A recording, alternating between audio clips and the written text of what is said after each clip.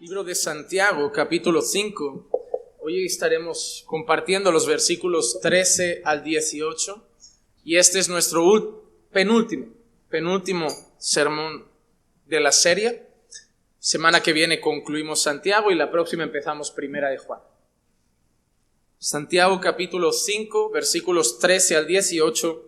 Y he querido titular este estudio Oración, Alabanza y Aceite. Dice así la palabra de Dios. ¿Sufre alguno entre vosotros que haga oración? ¿Está alguno alegre? Que cante alabanzas. ¿Está alguno entre vosotros enfermo? Que llame a los ancianos de la iglesia y que ellos oren por él, ungiéndole con aceite en el nombre del Señor. Y la oración de fe restaurará al enfermo, y el Señor lo levantará. Y si ha cometido pecados, le serán perdonados. Por tanto, confesaos vuestros pecados unos a otros y orad unos por otros para que seáis sanados.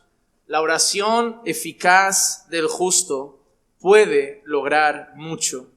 Elías era un hombre de pasiones semejantes a las nuestras y oró fervientemente para que no lloviera.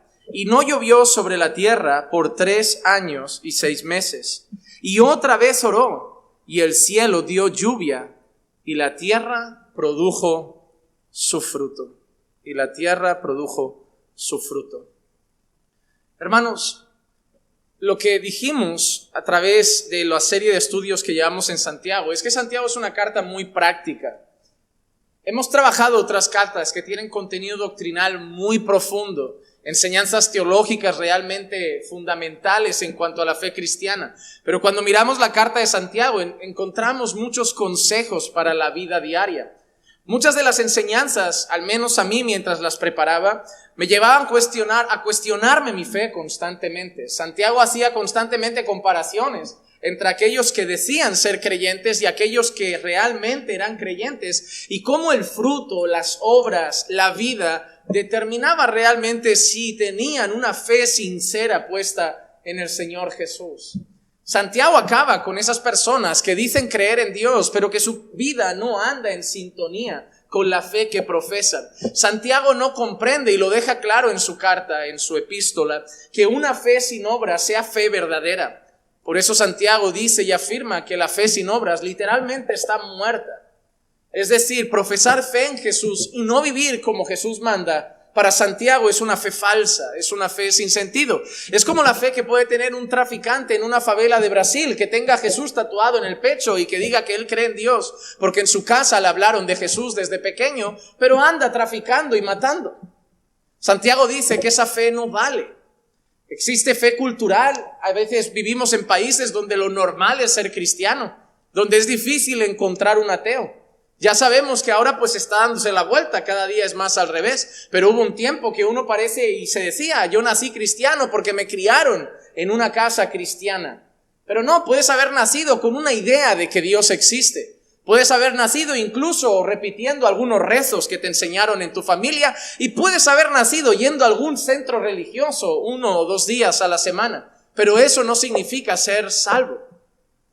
Santiago claramente dice que si somos salvos, si realmente nuestra fe está en Cristo, esa fe se debe traducir en fruto, se debe traducir en obras. Y por eso se vuelve una carta muy práctica, porque nos define cómo vive realmente un creyente. ¿Dónde tiene el creyente el corazón? ¿Dónde tiene el creyente los ojos? Y es como si Santiago nos está preguntando cada capítulo, cada hoja que pasa, cada folio que adelantamos en el libro es, ¿eres cristiano?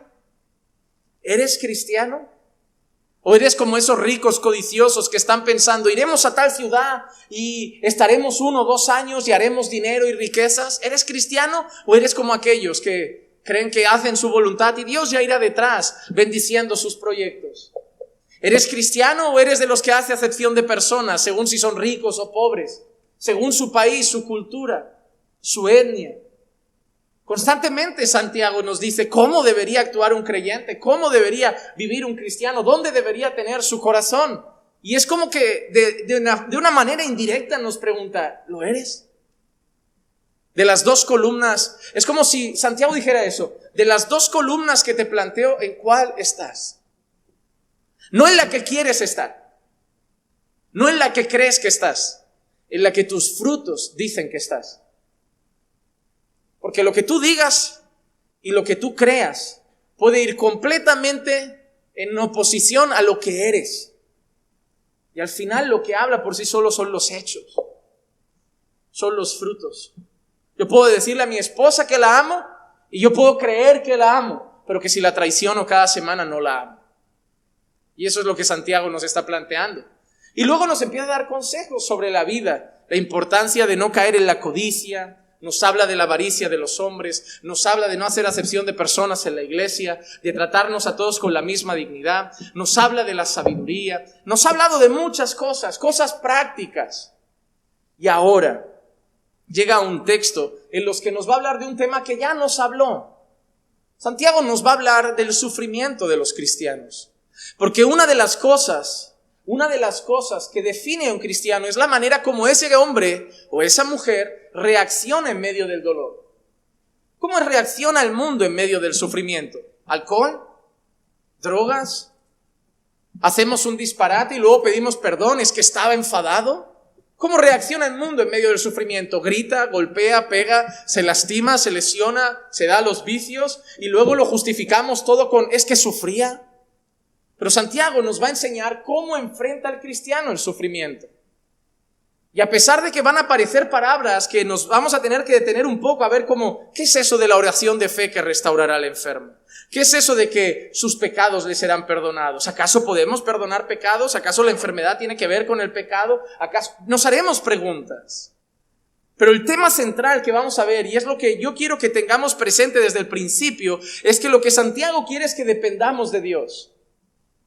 Van a ver cómo vamos a trabajar 6 versículos y en 6 versículos Santiago habla de orar 7 veces. 6 versículos, 7 veces la palabra oración aparece. Y se darán cuenta como hay iglesias que se centran 20,000 veces más en el aceite que en la oración. Que todas las preguntas que la gente me ha solido hacer de ese pasaje es sobre el aceite.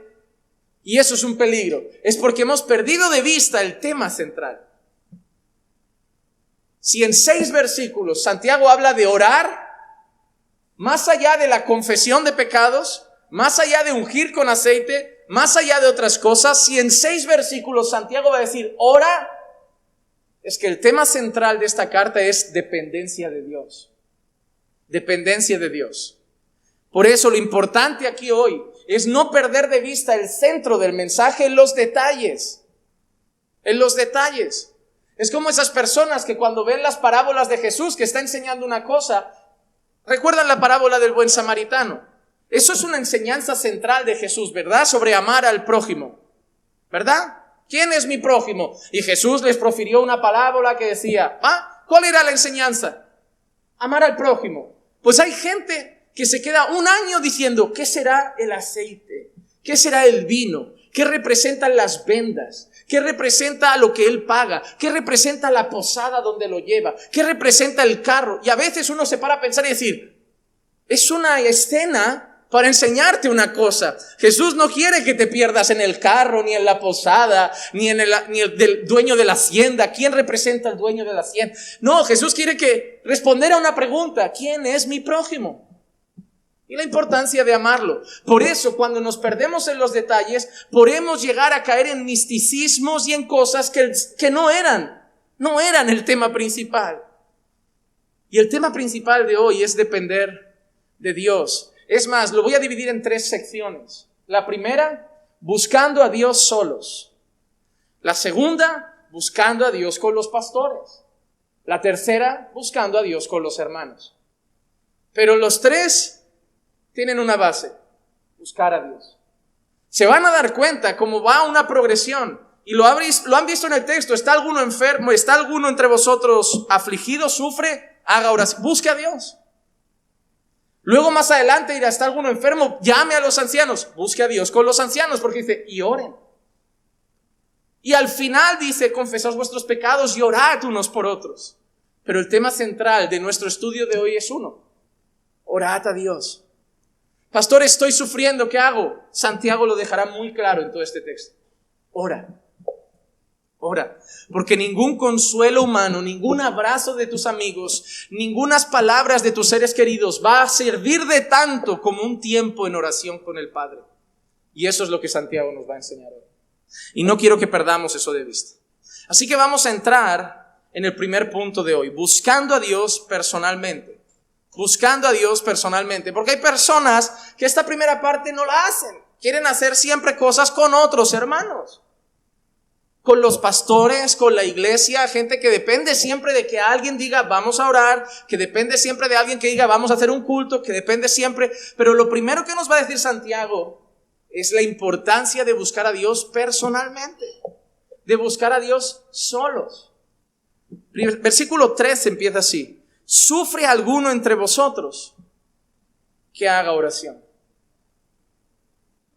¿Sufre alguno entre vosotros que haga oración?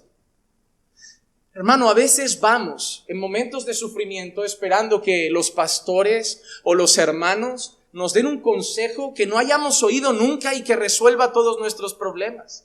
Y a veces ves caras de decepción en las personas que vienen, te cuentan una carga que hay en su corazón, que están sufriendo durante una hora y te miran como ahora es cuando el pastor dice esas palabras que lo cambian todo y el pastor te dice, ora. Y tú te quedas como, pero eso ya lo sé yo. Digo, bien, es lo que Santiago también sabe. Hermano, a veces creo que quieren más que la Biblia. Todo el mundo sabe que en los momentos difíciles hay que buscar a Dios. Pero parece que oramos un poco y como la cosa no se resuelve, vamos a buscar a los hombres a ver si hay otra alternativa. A ver si le añado algo a la oración, la cosa cambia antes. Pero Santiago es muy claro. ¿Sufre alguien? Que ore. Y en este caso habla de una oración personal. De una oración personal, de orar a solas con Dios, de orar tú mismo con Dios. ¿Quién es el que sufre? Tú, busca tú a Dios. No está diciendo, pon en el WhatsApp, hazte una cadena de oración. No está diciendo, manda un mensaje a 100 hermanos para que todos se pongan a orar por ti. Que está bien, luego veremos la importancia de orar unos por otros. Pero hermano, hay gente que lo primero que hace es correr a los hombres. Y pedirle a los hombres que ellos corran a Dios por él. Pero Santiago está claro aquí. ¿Sufre alguno? Que ore. Que vaya a buscar al Padre. Que se doble de rodillas en su habitación. Que se encierre en su cuarto durante horas y se ponga a hablar con Dios. ¿Creéis que es todopoderoso? ¿Creéis que es bueno? ¿Creéis que os escucha? ¿Creéis que es misericordioso? ¿Creéis que atiende las oraciones? ¿Creéis que está lleno de gracia y bondad? ¿Creéis que quiere lo mejor para vosotros? ¿Creéis que la voluntad para vosotros es buena, agradable y perfecta? ¿Creéis que siempre va a responder lo mejor? ¿Por qué no oramos más si creemos todo eso? A veces parece que no hay sintonía entre lo que decimos creer y lo que realmente hacemos. A mí alguien me pregunta, a veces me lo preguntan, pastor, ¿tú crees realmente que Dios puede preparar un lugar para que vayamos con la iglesia, un lugar amplio? Digo, sí, por eso lo pido, porque lo creo. Creo que Dios puede proveer, creo que Dios puede abrir puertas de trabajo, creo que Dios puede sanar a un enfermo, creo que Dios puede curar el cáncer, creo que Dios puede curar el SIDA, creo que Dios puede resucitar a los muertos y no temo el orar por eso, porque yo creo en lo que la Biblia dice acerca del Todopoderoso. Por eso cuando sufro, la esperanza es Dios, no son los hombres. Porque de lo que la Biblia me dice de los hombres es que son débiles. Lo que la Biblia me dice de los hombres, aunque sea de mi madre que me quiere mucho, o de mi esposa que quiere lo mejor para mí, me dice que son limitados, que no pueden todo, que hay cosas que no pueden resolver, que algunos ni pueden con sus luchas. Pero que hay una fuente que sí todo lo puede. Y a veces voy a cargar a los hombres con cosas que solo puede hacer Dios. No digo que no nos apoyemos, y llegaremos eso, los unos a los otros. Pero hermano, los unos a los otros no es el primer paso para Santiago. El primer paso para Santiago es tú y Dios. Santiago deja los unos a los otros al final de la lista. Santiago establece un orden, tú y Dios. Estás muy mal, ve a los pastores, son tus guías. Y sí, también puedes ir a la iglesia, pero el primer paso es tú y Dios. No 10 minutos, tú y Dios. Hay ejemplos en la Biblia de esto. Por ejemplo, la oración de Manasés en el cautiverio, segunda de Crónicas 33, 12 y 13 dice: cuando estaba en angustia, imploró al Señor su Dios. Mira lo que ha dicho Santiago: ¿sufre alguno de vosotros que haga? Mira qué hizo Manasés cuando estuvo en angustia. Imploró al Señor. Imploró al Señor su Dios y se humilló grandemente delante del Dios de sus padres. Y cuando oró a él, Dios se conmovió por su ruego. Porque Dios no rechaza un corazón contrito y humillado. Y Manasés disfrutó de la compasión de Dios. Oyó su súplica y lo trajo de nuevo a Jerusalén, a su reino. Y entonces Manasés supo que el Señor era Dios. ¿Cuándo lo supo Manasés? Cuando Dios tuvo compasión de él. Hermano, Dios no tenía que tener compasión de Manasés, porque si lees lo que Manasés había hecho, había fallado a Dios. Manasés estaba esclavo por su pecado, había sido llevado cautivo por su pecado. Manasés había dado la espalda al Señor y estaba pagando las consecuencias. Pero nuestro Dios es bueno. Nuestro Dios es misericordioso. Él estaba pagando la justa paga de sus actos, pero decidió humillarse e implorar al Señor en medio del sufrimiento. Y Dios no respondió con una espada cortándole la cabeza. Dios respondió con misericordia. Y lo libró del cautiverio y lo llevó nuevamente a Jerusalén. Y ahí Manasés supo, realmente Él es Dios. Él es bueno. Pero en su angustia oró al Señor. Hay varios salmos así. Salmo 102, 17. Él ha considerado la oración de los menesterosos y no ha despreciado su plegaria. Los menesterosos, los que sufren, los que están afligidos, dice el salmista que Dios considera su oración.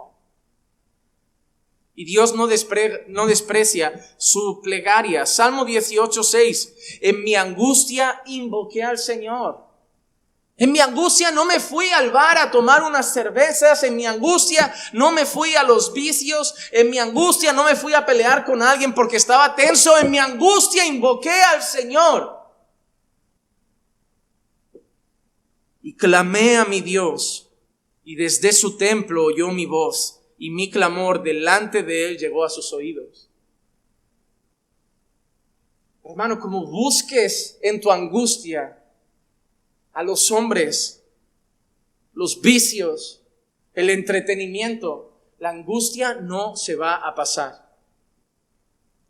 Si en tu angustia vas a jugar un rato a la Play, si en tu angustia te vas a embriagar, si en tu angustia vas a cometer un pecado cual sea, si en tu angustia te metes 10 horas de película, si en tu angustia te atiborras a comer, si en tu angustia lo que sea, es un parche. Cuando pase el efecto de lo que has hecho, 10 minutos después, la angustia estará ahí, pero en tu angustia invoca al Señor.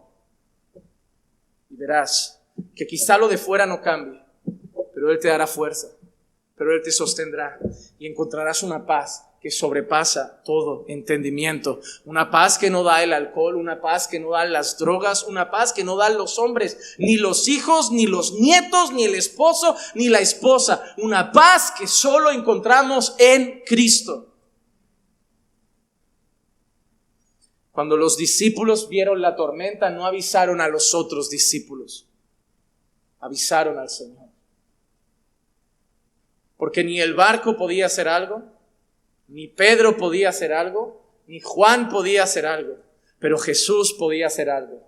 Y en el momento de angustia de esos discípulos llenos de miedo y de temor, Él se levanta y trae bonanza. Porque nuestro Dios es el Dios que calma las tempestades. Pero en medio de la tempestad, en medio del sufrimiento, en medio de la aflicción, invoca al Señor. Invoca al Señor. En segundo lugar nos dice, ¿está alguno alegre? Que se olvide de Dios. No, que cante alabanzas. Hay algo hermoso aquí, hermano. En lo malo busca a Dios y en lo bueno sigue buscando a Dios. Porque hay gente que solo busca a Dios cuando llega la deuda. Hay gente que solo está firme en la iglesia cuando está en paro.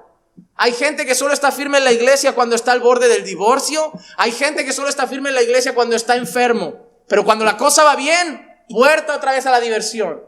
Pues no, en la angustia invoca y en la alegría cántale porque ha sido bueno contigo. Pero en todo tiempo busca al Señor. Ese es el centro de este primer punto. Hay un llamado en la Escritura a cantar a nuestro Dios. Primera de Crónicas 16:9, cantadle alabanzas, hablad de todas sus maravillas. Es más, este texto nos enseña que debe contener una alabanza. La alabanza no debe contener bésame, tócame, abrázame, ven a visitarme, ven mañana, ven por la noche, te adoro. No, la alabanza es contad sus maravillas. Habladle a Él, no hablad de vosotros en la alabanza. La alabanza no es para decirle a Dios cómo me siento. La alabanza es para cantar sobre Dios. En la oración yo le expreso mis sentimientos. En la alabanza yo canto de Él. Yo canto de sus maravillas. Hemos cantado el poder de la cruz. Eso, si lo pones en el púlpito, le quitas la melodía y le añades unos textos bíblicos, es un sermón. Porque es lo que buscamos hacer en Caminando por Fe. Que las alabanzas sean predicaciones cantadas. Hablen de Dios. Y que en ningún momento tú seas el centro del culto. Porque en ningún minuto, mientras estás aquí dentro, tú eres el centro. Él es el centro desde que entramos por esa puerta hasta que salimos. Es más, sigue siendo el centro cuando vamos para casa. Él debe seguir siendo el centro. No es alabanzas aquí y Rihanna y Maluma en el coche. Hay que seguir cantando sus maravillas. Sobre todo los que tenéis una hora de camino, tenéis mucho tiempo de cantar. Hermano, no es un rato para Dios y otro rato para mí. Dale todo a Dios, hermano. Dale todo a Dios. Creo que no estamos tan bien espiritualmente como para ir compartiendo tiempo. Una vez alguien me dijo, ¿por qué tú nunca escuchas música secular? Y le dije, no tengo tiempo. Digo, puedo escuchar 4 o 5 canciones al día, no escucho mucha música. Si encima de las 4 o 5 que escucho no me hablan del Señor, todo lo puedo, pero no todo me edifica, no todo me conviene. ¿Qué me aportan esas letras? ¿Qué me ayudan a cambiar? ¿Qué me ayudan a ser más santo? ¿Qué me ayudan a mantenerme firme en la fe? Pero si me pongo 4 alabanzas, sí, me recuerdan que Él es santo, que me ama, que Él es bueno, que Él es digno, y me edifican y me ayudan a estar pensando en cosas eternas y no en las cosas de esta tierra. Ahí tienes el motivo. No te tengo que decir es pecado. Hay suficientes motivos para decirte por qué prefiero llenar mis oídos del Señor que de cualquier otra cosa. Parece que si no ves un versículo que pone es pecado, te apetece hacerlo. No hay ningún versículo que diga es pecado esnifar coca. Pero Dios nos ha dado sabiduría. Hay gente que corre buscando, cada vez que te preguntan, ¿esto es pecado? Y tú le dices, mira, no hay un versículo que lo diga. Ah, bien. A mí hay un montón de gente que me escribe diciendo, ¿sabes qué? No hay ningún versículo que prohíba masturbarse. Y yo le digo siempre lo mismo, no hay ningún versículo que prohíba drogarse. Vamos. No, pero eso es una tontería, lo que me estás diciendo también. Le digo, pero hay un montón de versículos que hablan de inmoralidad, hay un montón de versículos que me hablan de que no estamos en la carne sino en el espíritu, hay un montón de versículos, yo siempre lo remato así, digo, lo que te voy a decir es que hay un versículo que dice, ya sea que comas y bebas o hagas cualquier cosa, hazlo todo para la gloria de Dios, y si tú eres capaz de masturbarte para su gloria, cuéntamelo. Porque no he encontrado a nadie que lo pueda hacer pensando en el Señor. Es así de sencillo. No necesito un versículo para todo. Tengo principios que me ayudan a saber decidir en mi vida. El principio que tenemos aquí es que Dios debe ser el centro en el sufrimiento y en la bonanza. Debemos cantar a Dios siempre. Salmo 95:2. Vengamos ante su presencia con acción de gracias. Aclamémosle con salmos. Vengamos con acción de gracias, hermano. ¿Cuánta gente viene por esa puerta solo reclamando ante Dios, solo con queja ante Dios? Y deberíamos entrar por ahí con acción de gracias, simplemente por el hecho de que entres. Simplemente porque eres salvo. Simplemente porque lo conoces. Es más, déjame terminar este primer punto con esto. Cantar es una marca de los que están llenos del Espíritu Santo. Hermano, alguien lleno del Espíritu Santo no queda con los amigos para cantar la última de Justin Bieber. Pero alguien lleno del Espíritu Santo, te voy a decir qué hace. Efesios 5, 18, 19. Y no os embriaguéis con vino, en lo cual hay disolución, sino sed llenos del Espíritu. Y mira justo después lo que pasa. ¿Qué pasa cuando soy lleno del Espíritu? Mira lo que dice Pablo. Hablando entre vosotros con salmos, con himnos y con cantos espirituales, cantando y alabando con vuestro corazón al Señor. Dime tú, si alguien lleno del Espíritu Santo, lo único que no tiene ganas de hacer es cantar al Señor. Háblame de tus mejores momentos en la vida espiritual, de los momentos de más fervor, de los momentos en los que mejor has estado, y dime cuánto cantabas, cuánto querías alabar, cuánta música cristiana escuchabas, cuánta Biblia leías. Si te das cuenta, todo lo demás empieza a llegar cuando tu vida espiritual se apaga. Por eso tenemos una orden: sed llenos del Espíritu Santo. No es una cosa que se hace un día, tal y como está escrito aquí, es una orden que hay que hacer siempre, hermano. Hermano, cada día debemos llenarnos del Espíritu Santo. No estoy diciendo que el Espíritu Santo venga en medidas. El Espíritu Santo ya está aquí. Efesios 1 dice que en el momento que creímos el mensaje del Evangelio fuimos sellados con el Espíritu Santo de la promesa. Pero lo que Pablo está diciendo cuando se refiere a ser llenos del Espíritu Santo es que cada día le entreguemos más nuestra vida a Dios. Es, en pocas palabras, sométete al control y al gobierno de Dios en tu vida. Es doblar tus rodillas cada día y decirle al Señor: soy tuyo. Llenarte de su palabra, llenarte de alabanza, llenarte de oración y doblarte ante Él y decir: soy tuyo, gobiérname. Hermano, mi oración a Dios siempre es que quiero ser marioneta en sus manos. Yo no sé por qué la gente se pelea tanto con lo del libre albedrío si los peores errores de mi vida son cuando yo tomo decisiones. Ojalá yo no tomara ni una.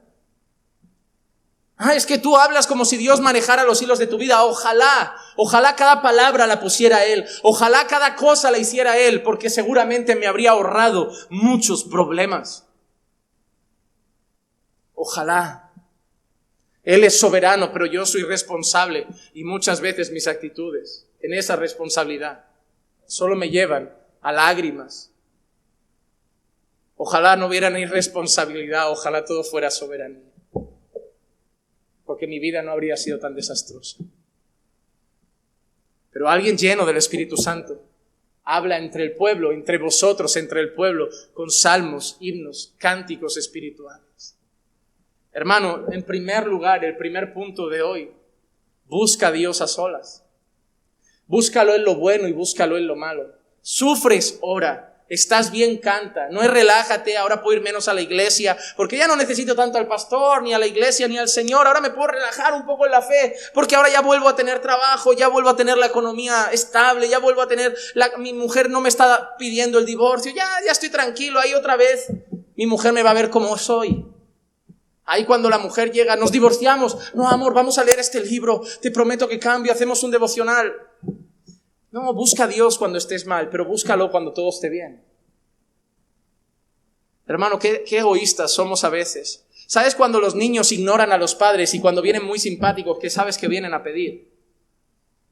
A mí me pasaba. Yo era un hijo egoísta. Yo no le preguntaba a mi padre qué tal el trabajo, qué tal el día. Simplemente llegaba y cenábamos. Pero si mi padre llegaba y yo le decía: papá, ¿qué tal el día? ¿Todo bien? Tal. Mi padre ya me preguntaba: ¿qué quieres? ¿O qué has hecho? Eran las dos.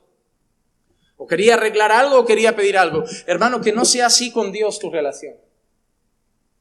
Que cada vez que dobles tus rodillas, Dios no te mire como diciendo: ¿qué quieres? ¿O qué has hecho? Que algún día el Señor disfrute de tus oraciones llenas simplemente de acción de gracias. Hoy leí una frase que me gustó mucho que decía: ojalá todas nuestras oraciones fueran más cánticos de alabanza que listas de supermercado. Porque muchas veces solo venimos ante Dios con la lista de pedidos. Señor, hoy vengo ante ti a pedir por esto. Ya sabes, en cuanto puedas me lo arreglas. Parece eso, hermano. Parece eso. Parece que está ahí solo a nuestro servicio, pero que no le amamos. Pero pastor, ¿y si no pidiera un día? Te digo una cosa: si un día, por lo que sea, no pides y solo le cantas, ¿qué pasa con mis necesidades? ¿Acaso no las conoces sin que se las tengas que pedir? ¿Acaso Dios no ve tus lágrimas? ¿Acaso Salomón no pidió por otros y no pidió por él, y el Señor le acabó dando lo que había pedido por los otros, su sabiduría para los otros, y cuidó de él? Porque Dios sabe de que tenemos necesidad. Dios no necesita que nosotros lo expresemos, ¿sabías? Antes de que la palabra esté en tu boca, Dios ya sabe lo que vas a decir. Porque Dios conoce y escudriña tu pensamiento y tu corazón. No te estoy diciendo que no ores. Te estoy diciendo que si no pides tanto, no significa que Dios no sepa que lo necesitas. Y que a lo mejor necesitaríamos cantarle más y acabar al final diciendo, Señor, y de lo que yo necesito, tú ya te encargas. Porque tú ya lo conoces. Porque si vas a dedicar media hora al Señor en oración, qué bueno sería que al menos dedicaras media hora de amor, de entrega. Y no solo pedido tras pedido tras pedido. Hay que pedir, pedid y se os dará. Buscad y hallaréis, llamad y se os abrirá. Pero no es solo eso, hermano. No es solo eso. Y a veces reducimos la oración a pedir, a pedir. Así que en primer lugar, en medio del sufrimiento, busca a Dios. Y en medio de las cosas buenas, canta a Dios. Pero en todo momento, estate con Dios. Vamos a la segunda parte, y es la más compleja de todo nuestro estudio. Buscando a Dios con los ancianos. Buscando a Dios con los ancianos. Versículo 14 empieza de la siguiente manera. ¿Está alguno entre vosotros enfermo? Que llame a los ancianos de la iglesia y que ellos oren por él, ungiéndole con aceite en el nombre del Señor. Paramos ahí, luego sigo con el resto. En este texto es muy importante entender algo, y yo creo que lo sabéis todos. La Biblia no se escribió originalmente en castellano, ni en inglés, ni en portugués. La Biblia tenemos gran parte del Antiguo Testamento es hebreo, algunos trozos en arameo, y luego el Nuevo Testamento tenemos griego. ¿Qué pasa? Que no todas las palabras griegas tienen una traducción exacta al castellano, y que muchas veces una palabra griega puede representar más de una cosa en castellano. En este texto creo que el no buscar el idioma original puede jugar una gran mala pasada. Entonces lo que yo voy a hacer es decir lo que representan estas palabras en el idioma original y dar las posibles opciones. Este versículo ha dado lugar a prácticas muy extrañas en la iglesia, tanto que luego quiero mencionar 4 prácticas que creo que son no bíblicas y que han surgido de este versículo.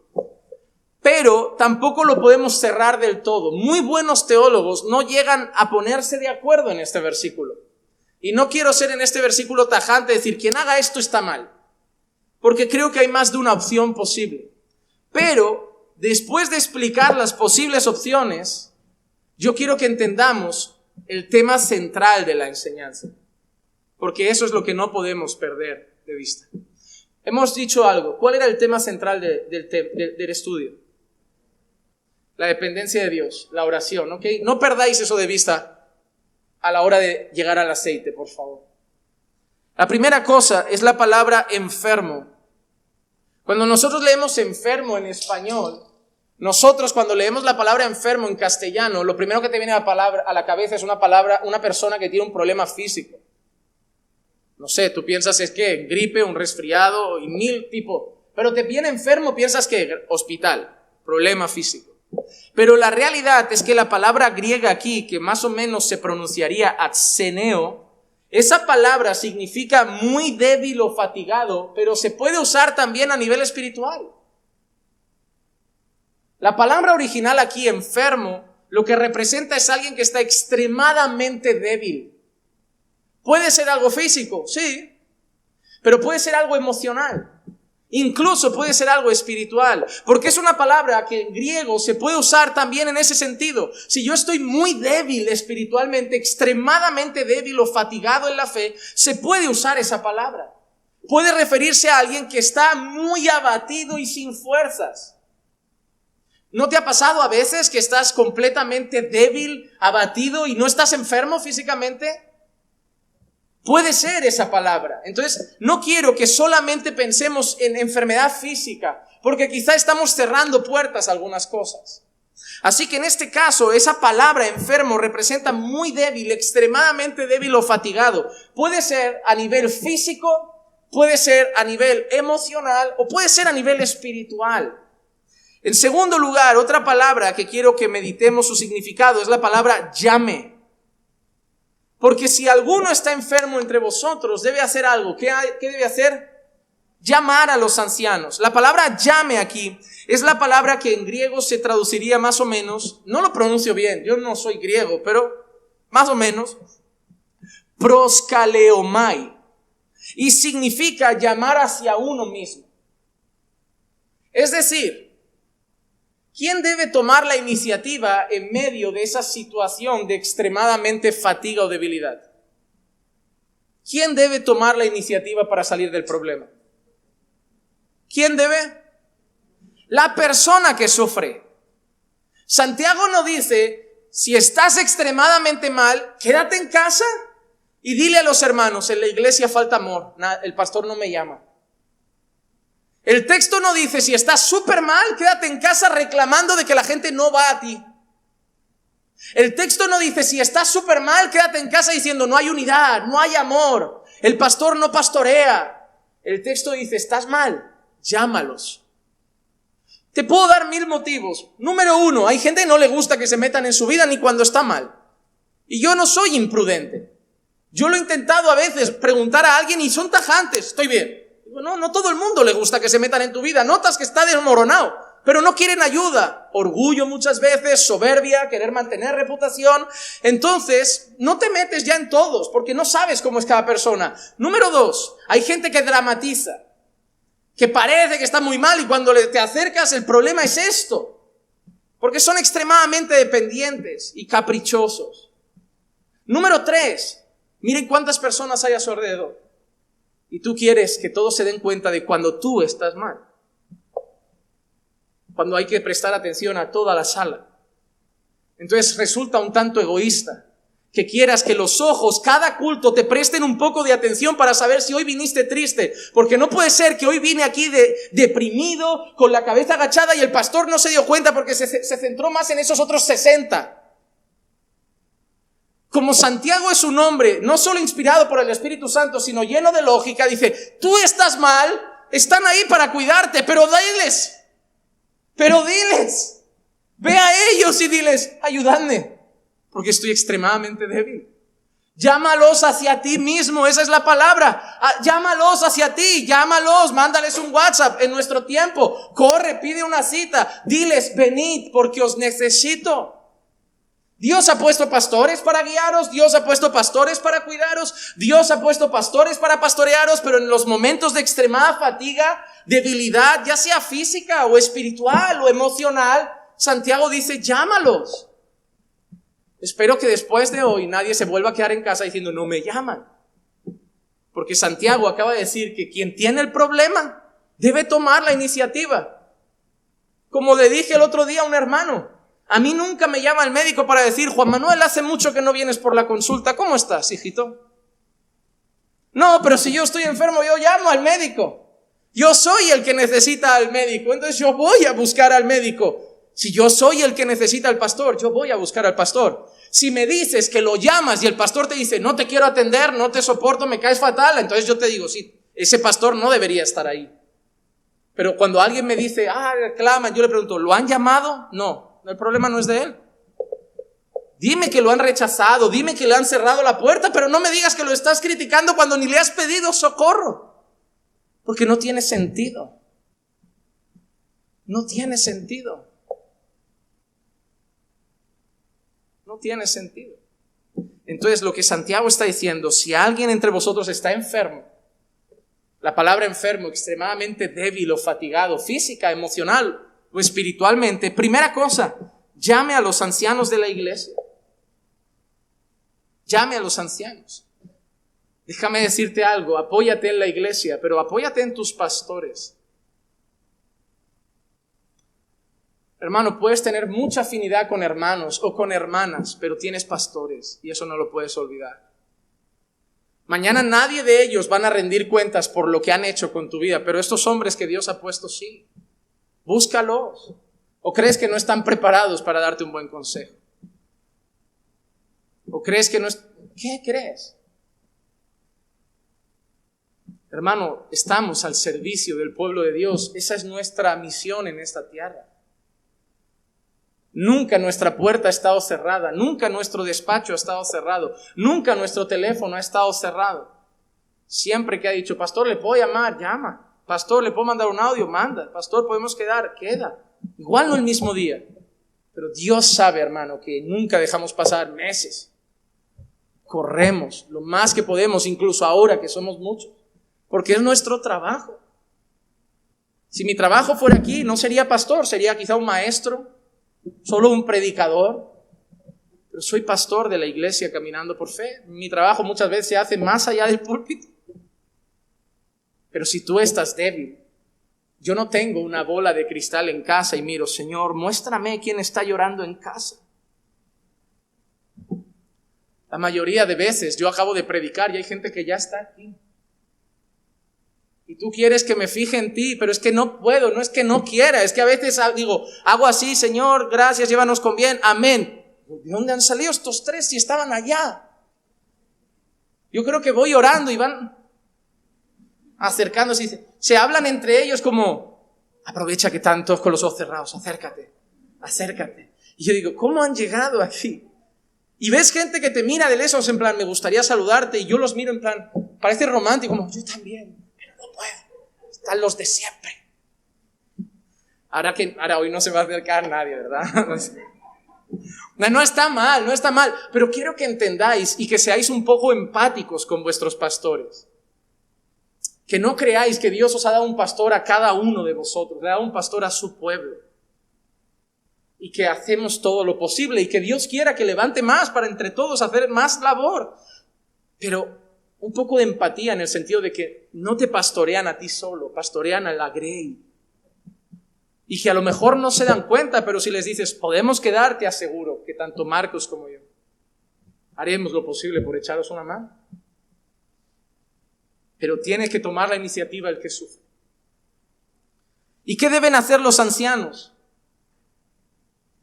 Y que ellos, tampoco vamos a hacer mucho, ¿verdad? Estoy hecho polvo, voy a buscar al pastor. Pastor, estoy fatal. Ven aquí, oremos. No, solo esto. ¿Qué quieres? Te invito a un café, pero tomamos el café y oramos. Porque me dices que estás deprimido, angustiado, y le digo, ¿qué quieres que te dé? Te cuento un chiste, se te pasará rápido, pero mañana vas a seguir igual. Lo que te puedo decir es que si tú no tienes fuerzas para ir solo mucho a Dios, yo estoy aquí para llevarte y acompañarte y que vayamos juntos. Pero al final la fuente sigue siendo Dios. O sea, yo no esperes, voy a los pastores a que los pastores me resuelvan el problema.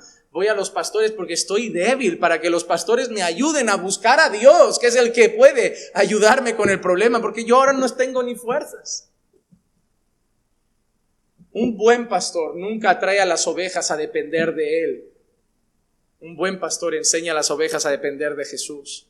Me da mucho miedo esas jovencitas y esos chicos que se hacen ese pequeño consejero en la iglesia y que lo llaman todos los días. Esa persona, y aviso a toda la iglesia, si tú eres una mujer o un hombre, que hay alguien de la iglesia que ves que se vuelca en ti en te necesito, está bien aconsejar, pero cuidado, porque hay personas que les gusta tener dependencia y hay personas que les gusta ser ellos de lo que dependen. Porque hay gente que le gusta estar en la iglesia y decir, a mí me busca la gente para pedir consejo. Cuidado, porque eso es algo malo. Porque si fueras un buen consejero, los conducirías a Cristo hasta que un día te dijeran, oye, ¿por qué fulanita no me llama más? No, porque me enseñaste bien y mi vida espiritual está firme. Si te están buscando siempre, tus consejos no andan finos. Porque nosotros no debemos generar dependencia de nosotros, debemos generar confianza y dependencia en Dios. Hasta que yo diga, hermanos, este año no hemos quedado ni una vez. ¿Qué pastor, estoy bien. Y cuando estoy mal he buscado al Señor, tranquilo, habrá gente que lo necesita. Eso es buen trabajo, está bien. Ahí queda, sí, te tomas un café, habláis un poco de la vida, pero eso es que está habiendo un buen trabajo. Cuidado, porque a veces nos gusta ser el centro. Hermano, esto es triste lo que voy a decir, pero en la iglesia hay gente que le gusta que lo necesiten y esto es peligroso. Esto es peligroso. Porque el único que debemos necesitar en la iglesia se llama Dios. Tú y yo deberíamos ser todos, yo también, todos, deberíamos ser prescindibles. Porque si alguien no es prescindible, la iglesia no anda fina del todo. Porque el único que debe sostener la iglesia es el dueño de la iglesia, el pastor de la iglesia y la cabeza de la iglesia, el Señor Jesucristo. Y se puede morir quien sea, pero Él seguirá aquí. y Él es el buen pastor. Así que vayamos a los ancianos y que los ancianos que hagan, oren por Él. Y luego dice, ungiéndole con aceite en el nombre del Señor. La palabra ungir es aleifo y significa frotar un ungüento, o sea, simplemente frotar o untar algo sobre una superficie. Es lo que significa ungir. Pero hemos visto que el que sufre debía hacer oración. Que el que está muy abatido física, moral o espiritualmente debe ir a los ancianos, y los ancianos deben hacer primeramente ¿qué? Orar por él. Y luego hay una coma que dice ungiéndole con aceite. Está bien, eso está ahí, es una práctica que no podemos negar. Lo que debemos preguntarnos un poco es ¿para qué el aceite? Porque es ahí donde entran las prácticas equivocadas. Primera cosa que quiero que veamos, la importancia de los ancianos en la iglesia. Hay muchos que no lo saben, pero los ancianos son un regalo de Dios para la iglesia. Los pastores son un regalo de Dios para la iglesia. Hechos 11, 29, 30. Los discípulos, conforme a lo que cada uno tenía, determinaron enviar una contribución para el socorro de los hermanos que habitaban en Judea, y así lo hicieron, mandándola a los ancianos por mano de Bernabé y de Saulo. Se recogió una ofrenda, ¿verdad? Porque habían hermanos de otra ciudad que lo estaban pasando mal. ¿En las manos de quién se pone la ofrenda? ¿De quién se pone? De los ancianos. Ojo, cuidado, que esto mucha gente lo tuerce para decir, hermanos, ya saben dónde tienen que ir las ofrendas. Pero ¿por qué llegan a las manos de esos hombres? Porque se tienen que quedar el 20%. Porque Dios ha puesto unos responsables en una congregación que saben los que están necesitados, que saben los que pasan hambre. Llega la ofrenda, ellos la ven y dicen, esto para esa familia, esto para esa familia, esto para esa familia, esto para esa familia. Porque soy el pastor de la iglesia, yo sé quién sufre, yo sé quién está necesitado. Imagínate que allí alguien escucha en otra ciudad, hay gente necesitada en Hospitalet y mandan una ofrenda. ¿Están todos necesitados? No. ¿Quién va a saber los que son? Realmente los pastores conocen la necesidad del pueblo. Entonces, cuando llega la ofrenda, los pastores a esas personas las buscan y les ayudan. Yo lo veo muy lógico. Gente que lo retuerce. Pero vemos que hay responsables. Hay responsables. Pablo en más de una ocasión dijo, y ve para designar ancianos en cada ciudad, porque Dios pone gente al frente de la obra. Primera de Pedro 5, 1, 2 dice, por tanto a los ancianos entre vosotros exhorto yo, anciano como ellos y testigo de los padecimientos de Cristo y también participante de la gloria que ha de ser revelada, pastoread el rebaño de Dios entre vosotros. ¿A quién le dice eso? ¿Quién debe pastorear? Los ancianos. Está mostrando a qué se refiere. Son los pastores de la iglesia. Los exhorta a pastorear el rebaño, velando por él, no por obligación, sino voluntariamente, como quiere Dios, no por avaricia del dinero, sino con un sincero deseo. Dios ha puesto ancianos para velar por la iglesia. Dios es el príncipe de los pastores, pero ha determinado obreros, pastores, en esta tierra para cuidar del rebaño. Hermano, Dios te ha dado pastores. No sé si lo entiendes, pero Dios te ha dado pastores. Tú puedes ver vídeos de Sugel, está muy bien. Puedes ver vídeos de Paul Washer, pero quien vela por tu alma es tu pastor. Quien cuando has estado mal ha orado, no es Sugel. No es Paul Washer. Ni siquiera saben que existes. Te mueres y serán felices esa noche. Estarán cenando. Pero si tú te mueres, habrá un par de pastores que esa noche estarán con un nudo en la garganta y angustiados porque alguien al que aman y por quien oran ha partido con el Señor. Gozosos porque están en Cristo, pero tristes porque son parte de tu vida. Dios te ha bendecido con pastores. Y sí, hay muy malos, por eso hay que saber elegir la iglesia. Y una iglesia casi siempre se elige en parte por sus pastores, porque normalmente lo que ellos van a enseñar. No he visto a la iglesia determinando la enseñanza, pero sí los pastores. Si él anda cojo, la iglesia acaba coja. Pero son una bendición de Dios para vuestras vidas. Y una de las cosas que los pastores hacen, una de las cosas que los responsables de la obra deben hacer es orar. Hechos 6:4, y nosotros nos entregaremos a la oración y al ministerio de la palabra. Cuando se deben designar los primeros diáconos en Hechos 6, porque había un poco de viudas desatendidas de los helenistas, y ellos dicen que hay que elegir hombres para que atiendan las mesas llenos de sabiduría del Espíritu Santo y de buen testimonio, ellos dicen que deben hacer eso porque ellos no pueden descuidar dos ministerios: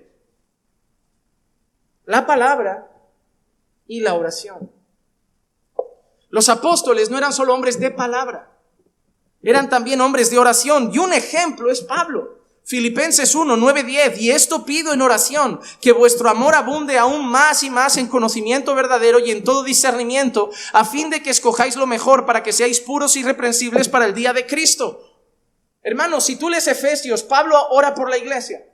Si tú lees Filipenses, Pablo ora por la iglesia. Si tú lees las cartas de Pablo, si ves algo que hace Pablo, son dos cosas: pide oración y ora, pide oración y ora, pide oración y ora. Pero Pablo era un hombre que tenía las almas en su corazón y las presentaba ante Dios en oración. Los pastores, una manera como os pastoreamos es orar por vosotros. A veces tenemos visitas, como puede ser hoy o algunos días, tenemos visitas con personas que no conocemos mucho, nuevos en la iglesia, que a lo mejor estás orando y oras por su nombre porque no sabes mucho, y ese día te abre el corazón, te cuenta un problema, te cuenta una carga. Ya mañana, cuando oras por esa persona, cuando tienes un tiempo para esa persona en oración, en algún momento de tus días, ya oras por esa causa. Y sabes que tienes a tus pastores orando por ello. Así que si estás muy enfermo, muy abatido, muy afligido, muy débil, también tienes a disposición algo que Dios te ha regalado. Tienes a los pastores, que a lo mejor solo te van a poner el brazo por encima y van a orar 5 minutos a tu lado, pero tienes a alguien que ora contigo. Dios te da un pastor.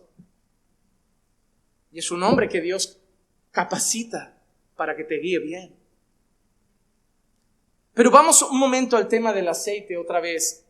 Cuando nosotros vemos el aceite, el problema es que yo creo que hay algo que no hacemos y de ahí salen muy malas interpretaciones. Es el hecho de que yo creo que el aceite debemos entenderlo en el contexto. ¿Cómo en el contexto? Sobre todo en el contexto histórico. Cuando yo veo personas hoy usando el aceite en los cultos, creo que no tienen la misma imagen del aceite que tenían ellos.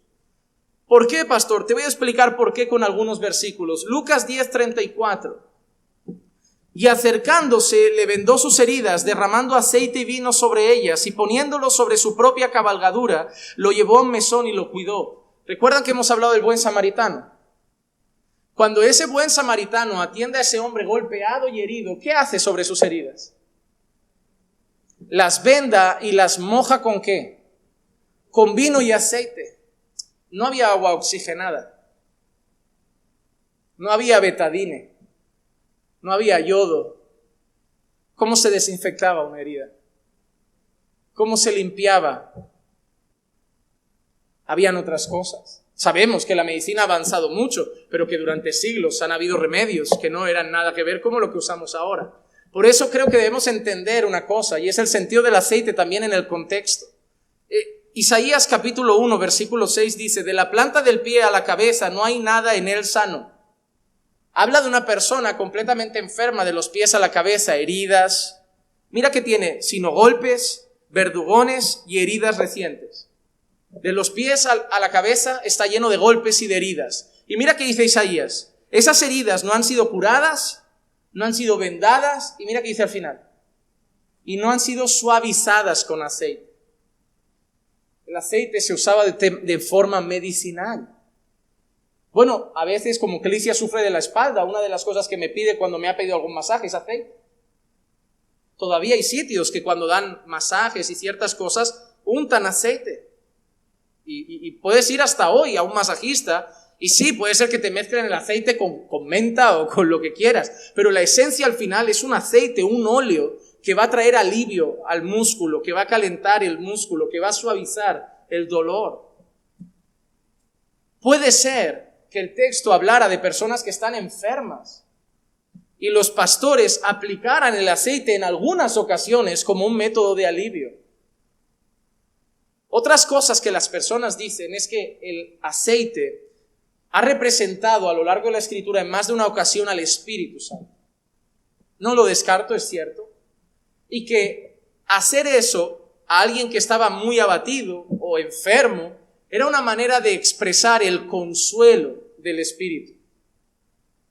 De ahí, la iglesia del primer siglo, muchas veces, sobre todo en Grecia, sacó esa costumbre, que cuando alguien oraba por un enfermo, frotaba con aceite.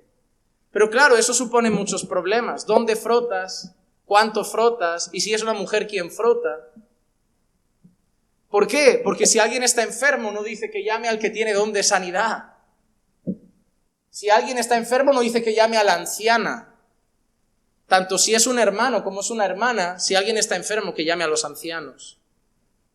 Hermanos, los ancianos están para las situaciones de crisis, para las situaciones difíciles, los ancianos, los pastores. El centro aquí no es el aceite, aunque muchas veces vemos la aplicación en la Biblia. En una ocasión vemos esto, mira, Marcos 6:13. Y echaban fuera muchos demonios y ungían con aceite a muchos enfermos y los sanaban. La aplicación del aceite ahí es parte de los 12. Jesús envía a los 12. Echan fuera demonios, oran por los enfermos, los ungen con aceite y los enfermos son sanados. Sin embargo, ahora quiero llegar a un punto importante, y es el hecho de que cada vez que Jesús hizo un milagro de sanidad, ¿cuántas veces usó el aceite? En los milagros de sanidad de Jesús, ¿cuántas veces usó el aceite? Cuando Pedro sana a un paralítico en la puerta de un templo, ¿usó el aceite? Cuando Pablo sana también en alguna ocasión, alguna situación, o hace un milagro, ¿usó el aceite? Entonces, yo quiero sacar 4 cosas que no significan el texto. Lo acabáis de decir vosotros, Jesús no usó el aceite. Pablo no usó el aceite, no lo registra, lo podía haber registrado. Pedro en aquel milagro tampoco usó un aceite y hubo una sanidad. Dijo, no tengo oro ni plata, pero lo que tengo te lo doy, en el nombre de Jesús, levanta y anda. ¿Sabes qué sí hizo Pedro? Oró. ¿Sabes qué sí hizo Jesús muchas veces? Dice que rogó. ¿Sabes qué sí hacía Pablo? Pidió. ¿Sabes que no falla en ninguna oración por un enfermo o abatido? La oración. El aceite no era siempre la base. Por eso quiero sacar estas 4 conclusiones que son importantes para mí. 4 posturas equivocadas de este versículo. La primera, y esta está muy retorcida. ¿Les suena la palabra extrema unción? ¿Verdad? De allí donde venimos algunos o de donde vienen algunos. La extrema unción sale de ese versículo. Solo que la Iglesia Católica Romana, no sé hasta dónde llega a esa conclusión, siempre hace unas virguerías que solo ellos lo entienden. Yo he llegado a una conclusión, yo creo que ellos lo explican de una manera tan rara como al tú no comprenderlo, porque es imposible comprender cómo sacan eso, te quedas como en shock y dices, ¿será verdad? Porque es tan espiritual. Porque ellos lo que entienden de ese versículo, que los ancianos, por ellos eso creen que debe ser un sacerdote, en un momento, y ellos solo lo aplican en el momento final de la vida de una persona, creen que la aplicación del aceite puede curar su alma y arreglar su camino hacia el Señor, porque luego dice, y sus pecados serán perdonados. Entonces ellos consideran en ese texto que en el momento final de la muerte de un creyente, por eso lo aplican normalmente a gente católica, esa persona recibe la extrema unción, le untan el aceite, recibe perdón de pecados y se va en paz con el Señor. ¿Pero alguna vez ustedes han leído ese texto y pensaban en la extrema unción? No, porque no dice que lleguen los moribundos, ni los que están a punto de morir, ni mucho dice que esto es para sanidad del alma. Así que la primera enseñanza rara que sacaron de ahí fueron los católicos romanos con la extrema unción. Ahora me voy a los amigos de donde yo vengo.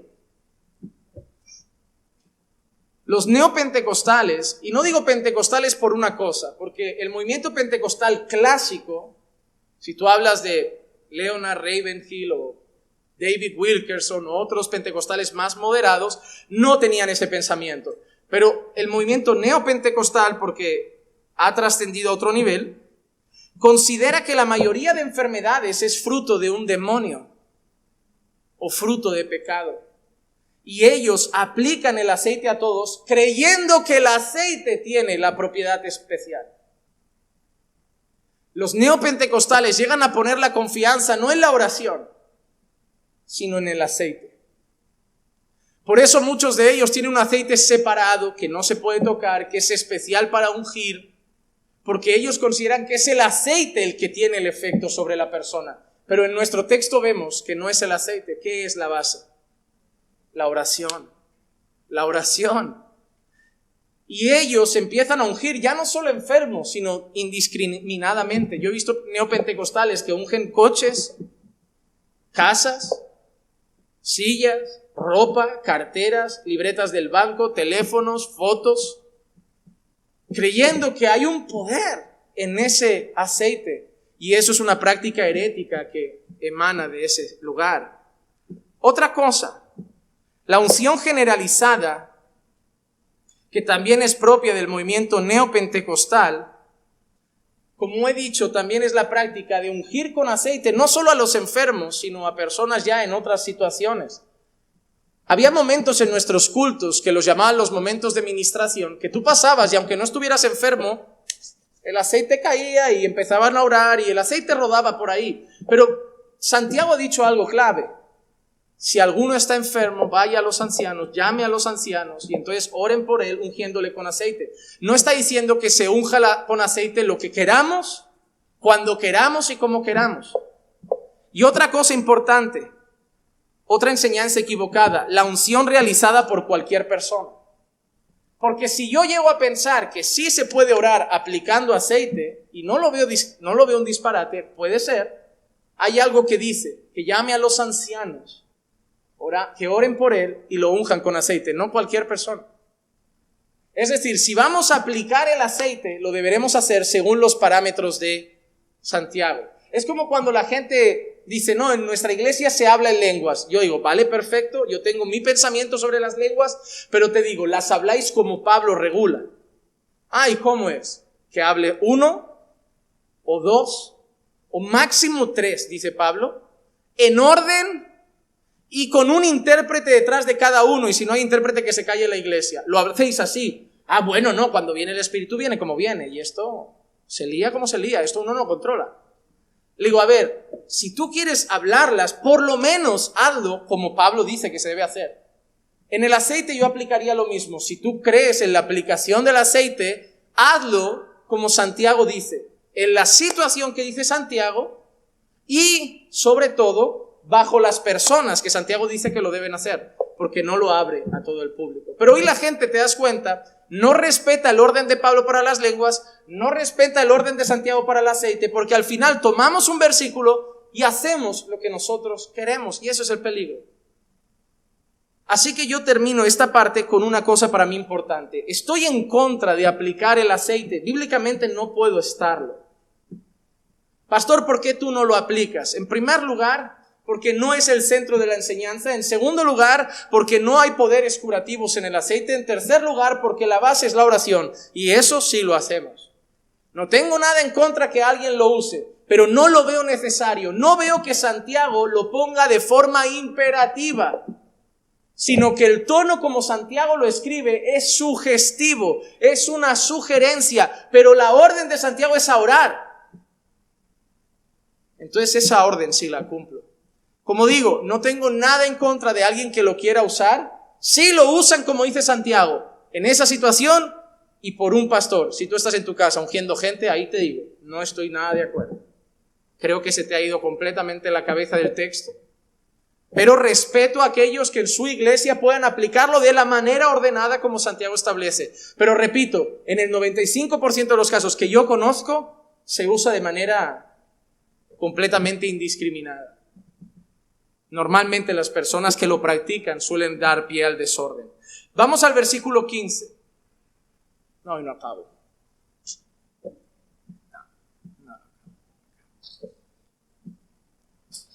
¿Qué pasa ahora? Y la oración de fe restaurará al enfermo, y el Señor lo levantará, y si ha cometido pecados, le serán perdonados. Primeras palabras que quiero que veamos. Fe, en griego aquí es la palabra pistis. Representa fe, también representa confianza, también representa convicción. Déjenme enseñarles una cosa y espero que esto lo tengan claro. La oración de fe, como dice Santiago, no significa un tipo de oración. No, podemos hacer la oración de fe para sanarlo. No es una oración. No es que haya una oración que se llame la oración de fe. Lo que Santiago está diciendo es la oración con confianza, la oración con fe, la oración con convicción. Lo que Santiago está diciendo es que cuando vayamos en esa condición a los pastores y oren, que oramos con confianza, oramos con fe, oramos con convicción. No que hay un tipo de oración que se llama la oración de fe. Nunca significó esto. Luego dice, y la oración de fe restaurará al enfermo. Hermano, no significa quedar sano siempre.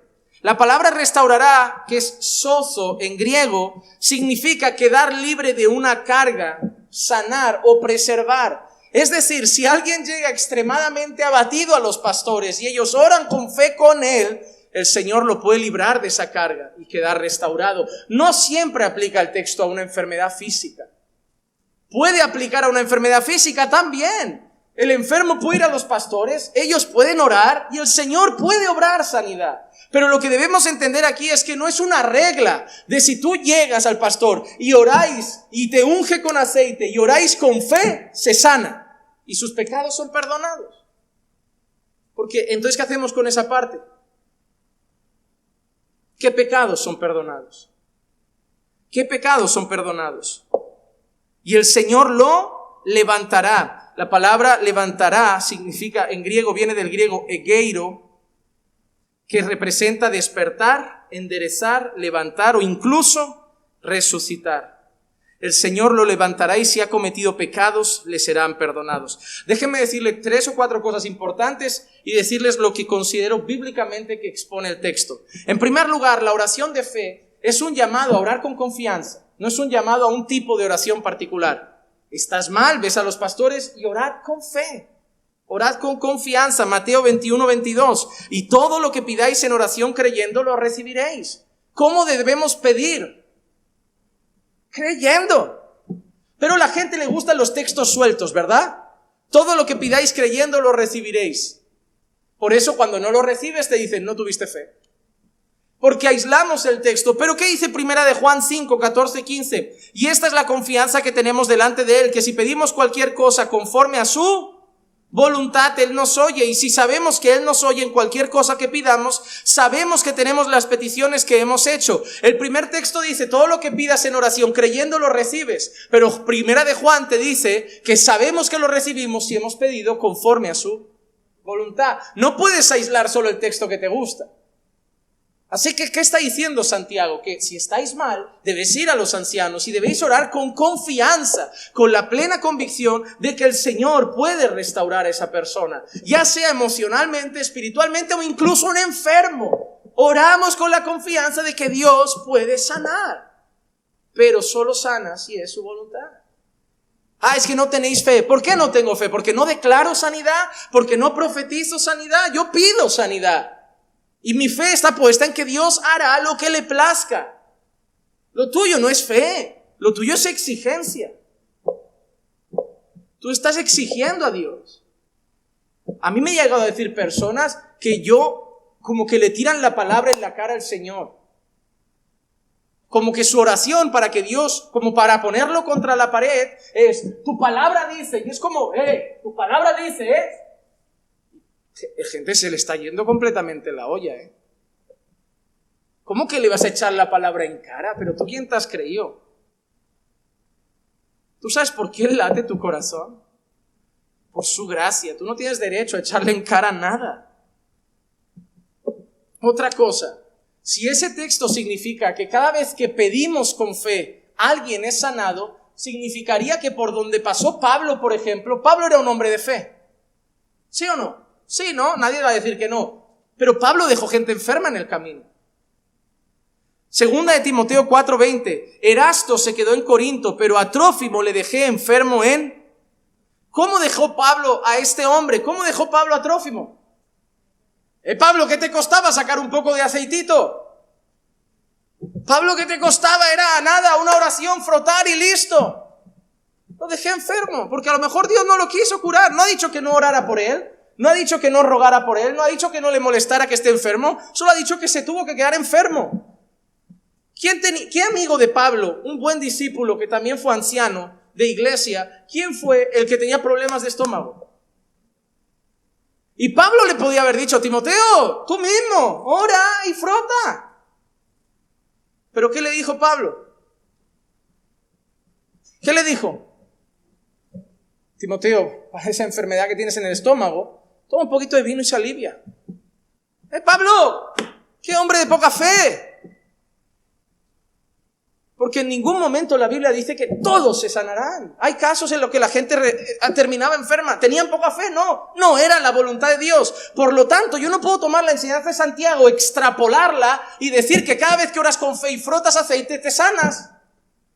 Cuando la Biblia muestra casos que no, ni se frotó aceite en algunos, ni se sanaron algunos. Entonces vamos al centro. Solo estás mal, depende de Dios. Estás muy mal, busca a los pastores y depende de Dios. El tema del perdón de pecados es interesante en este sentido. Muchas veces la restauración física viene por causa del perdón, viene por causa de pecados y hay restauración porque han habido pecados perdonados. Por ejemplo, Marcos 2:5 dice, viendo Jesús la fe de ellos, dijo al paralítico, hijo, tus pecados te son perdonados. ¿Qué le dijo al paralítico primero? Tus pecados te son perdonados. Pero del 9 al 11 vemos que es más fácil decir al paralítico, tus pecados te son perdonados, o decirle, levántate, toma tu camilla y anda. Pues para que sepáis que el Hijo del Hombre tiene autoridad en la tierra para perdonar pecados, dijo al paralítico, a ti te digo, levántate, toma tu camilla, vete a casa. Una cosa rápida que quiero comentar y es lo siguiente. Esto es importante. A veces en la Biblia las enfermedades han sido causa de pecado. A veces en la Biblia las enfermedades han sido un castigo divino. No podemos negar eso, pero vuelvo a lo mismo. ¿Todas las enfermedades en la Biblia han sido un castigo divino? Ese es el problema. Ahí hay un par de denominaciones que toman algún caso y hacen una regla. Porque esa mujer andaba encorvada por un demonio. Ahora todos los jorobados están endemoniados. Ya andas un poco así, ya. Ahí está la legión. Son casos, hermano. Porque había un hombre ciego y alguien se acercó y preguntó, oye, ¿quién pecó? ¿Quién pecó? ¿Él o sus padres para que esté ciego? Y Jesús dijo, aquí no ha pecado nadie. Ni él ni sus padres. Sino que está así para... Dios va a manifestar su gloria. Es decir, ¿hay enfermedades en la Biblia que han sido causa de pecado? Sí. ¿Todas las enfermedades son causa de pecado? No. Pero hay una conclusión a la que yo llego en el texto. Cuando dice que será restaurado y sus pecados serán perdonados. Hermano, yo entiendo y yo creo firmemente que ese texto está hablando de algo más en un sentido espiritual, emocional que físico. ¿Por qué? Te voy a decir algo. La mayoría de veces que como pastor me he encontrado personas en ese estado de extremadamente fatigados, débiles, cuando hago las preguntas correctas, detrás hay pecado. ¿Han dejado a Dios? Un poco aunque sea. ¿Han fallado a Dios? ¿Han entristecido al Espíritu Santo y están hechos polvo? Yo creo que cuando van a los pastores es porque ya quieren abrirse y decir, la he liado y estoy fatal. Los pastores van a aplicar consuelo, van a aplicar palabra, van a aplicar oración y ese hombre que ha ido humillado va a recibir ¿qué? Perdón y restauración. Estoy convencido que es nuestra escena. Una persona que llega destrozada a los pastores y cuando preguntas, hay un pecado detrás. Hermano, déjame decirte algo. Lo que más te deja triste si eres creyente se llama pecado. Estás deprimido, estás angustiado, no duermes y afanado. Centra y analiza tu vida y dime si no hay algo que sea pecaminoso. Algo que has deshonrado a Dios y te ha llevado a esa circunstancia. Aunque sea muy atrás. Pero ve a los pastores. Orarán por ti. Te aplicarán consuelo. Será restaurado por Dios y habrá perdón de pecados, porque un corazón contrito y humillado, Dios no lo desprecia. Pero el centro es orar a Dios, no el aceite, orar a Dios, orar a Dios. Y terminamos con el versículo 16. Hermano, para no dejar esto, me regalan solo 5 minutos. Solo 5, hermanos. Yo sé que algunos bien lejos, si se tiene que ir alguno muy despacio, pero regálenme 5, porque esta parte ya es sencilla. Versículo 16, por tanto, confesaos vuestros pecados unos a otros y orad unos por otros para que seáis sanados. Hemos dicho que la palabra sanar, aquí la palabra sanar representa restaurar, levantados. La oración eficaz del justo puede mucho. Ojo, que muchos traducen esa frase como la oración tiene poder. Miren, a mí me gusta que la gente aplique un poco de lógica. Yo sé que la oración tiene poder. Pero hay gente que lo dice en un sentido equivocado. La oración en sí no tiene poder. Y ahora a algunos yo sé que esto les va a sonar raro. El pastor Juan Manuel está diciendo que la oración no tiene poder. Si tú oras a Baal, ¿qué va a pasar?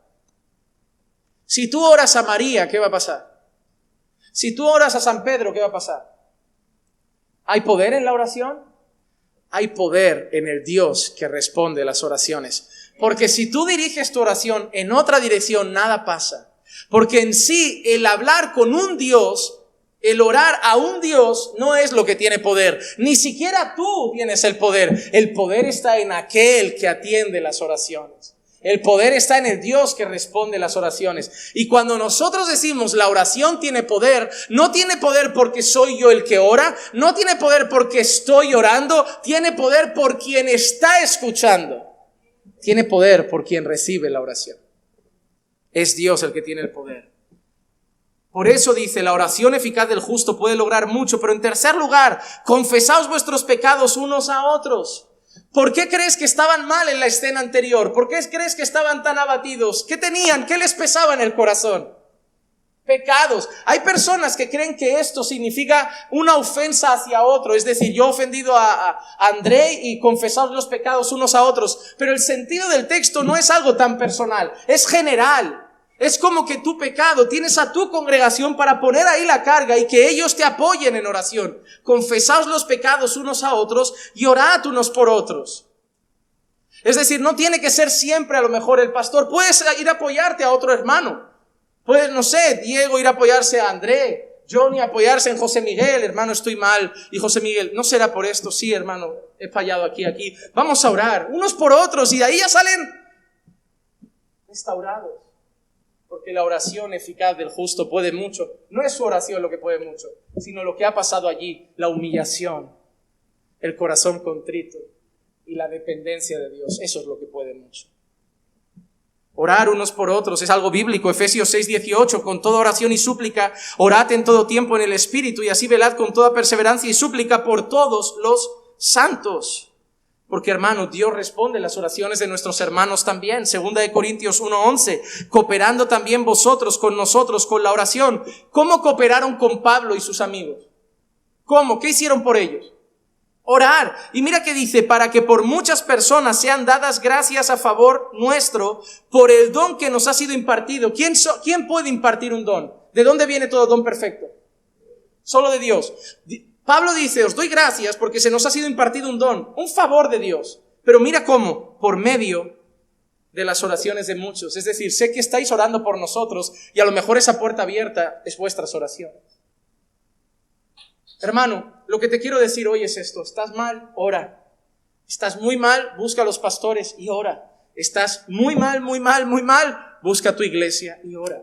Pero en todo momento ora al Señor. El centro de este mensaje no era el aceite, el centro de este mensaje era la dependencia de Dios. Y sobre todo en las tres direcciones, no siempre con los pastores y no siempre solo con la iglesia. Tienes tres vías, pero al final ve a la fuente.